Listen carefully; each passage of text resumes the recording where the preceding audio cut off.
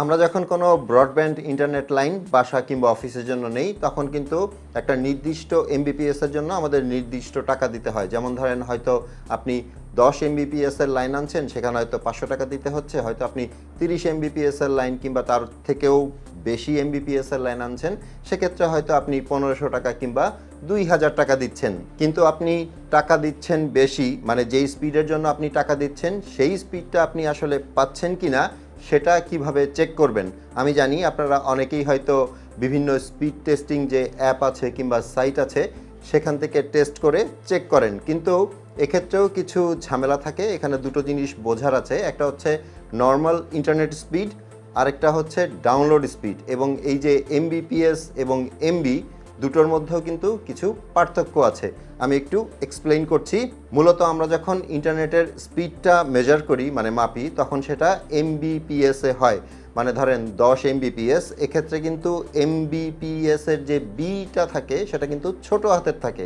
আর যখন আমরা ডাউনলোড করি সেক্ষেত্রে কিন্তু এমবি হয়। এখানে কিন্তু এম এর পরে যে বিটা থাকে সেটা কিন্তু বড় হাতের থাকে। সো একটা হচ্ছে এমবিপিএস যেটা, সেটা হচ্ছে মেগা বিটস পার সেকেন্ড, আর যেটা এমবি সেটা হচ্ছে মেগাবাইট। এখন এখানে হিসাবটা এরকম যে 8 মেগাবিটসে 1 মেগাবাইট। ব্যাপারটা শুনতে একটু জটিল মনে হলেও আমি খুব সহজে আপনাদেরকে বুঝিয়ে দিচ্ছি। আমার এখানে fast.com অ্যাপ নামানো আছে। আপনার কাছে যদি fast.com অ্যাপটা নামানো না থাকে তাহলে আপনি নামিয়ে নিতে পারেন, অথবা fast.com লিখে কোনো একটা ব্রাউজার থেকেও আপনি আপনার ইন্টারনেট স্পিড চেক করতে পারেন। সো আমি যদি আমার fast.com অ্যাপে যাই, এখানে দেখতে পাচ্ছেন 50 এমবিপিএস দেখাচ্ছে, মানে আমার ইন্টারনেটের স্পিড কিন্তু 50 এমবিপিএস। আমার যে লাইনটা আছে ওয়াইফাইয়ের সেটা হচ্ছে 50 এমবিপিএস এর। এখন এই 50 এমবিপিএস থেকে আসলে আমি যখন ডাউনলোড করতে যাচ্ছি তখন কত মেগাবাইট ডাউনলোড হবে পার সেকেন্ডে কিংবা পার মিনিটে, সেটা আমি কিভাবে বুঝবো? এটা বোঝার জন্য আমি একটা কাজ করব, আমি একটা অ্যাপ ডাউনলোড দিব, মানে প্লে স্টোর থেকে একটা অ্যাপ ইনস্টল করব। সো প্লে স্টোর থেকে আমি একটা বড় অ্যাপ চুজ করে রেখেছি। এটা যদি আমি এখন ইনস্টল করতে যাই, এখন আমি যদি একটু জুম করে দেখাই আপনাদেরকে যে কত স্পিডে এই অ্যাপটা ডাউনলোড হচ্ছে। একটু যদি আপনারা ওপরের দিকে খেয়াল করেন, আমি জুম করে দেখানোর চেষ্টা করছি। এখানে শো করছে 5.77 megabyte per second, 6.18 megabyte per second.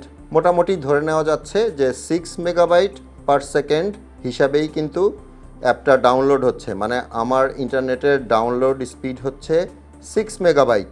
একটু আগেই দেখালাম যে আমার ইন্টারনেটের স্পিড হচ্ছে 50 এমবিপিএস বা 50 এমবিপিএস, এবং এটাকে যদি আমি 8 দিয়ে ভাগ করি তাহলে আসে 6.25, মানে 6.25 মেগাবাইট, নট মেগাবিটস। এবং হিসাবটা কিন্তু ঠিকই আছে। একটু আগেই দেখলেন যে আমি যখন ডাউনলোড করছিলাম তখন কিন্তু 6 পয়েন্ট সামথিং পেয়েছি মেগাবাইট। তার মানে হচ্ছে আমার ইন্টারনেট স্পিড কিন্তু ঠিকঠাকই আছে, আমি ঠকছি না। এখন আপনার দেখার বিষয়, আপনি যেই টাকা দিয়ে যেই স্পিডের লাইন এনেছেন সেটা ঠিকঠাক আছে কিনা। এখন আশা করি খুব সহজেই আপনি চেক করে নিতে পারবেন আপনি যত স্পিডের জন্য টাকা দিচ্ছেন আপনার ইন্টারনেট লাইনের সেটা ঠিকঠাক আছে কিনা এবং ডাউনলোড স্পিড ঠিক আছে কিনা। ভিডিওটা ভালো লেগে থাকলে একটা লাইক করে দিবেন। আপনাদের সাথে আমার দেখা হবে পরের ভিডিওতে ইনশাল্লাহ। সে পর্যন্ত সবাই ভালো থাকবেন। আসসালামু আলাইকুম।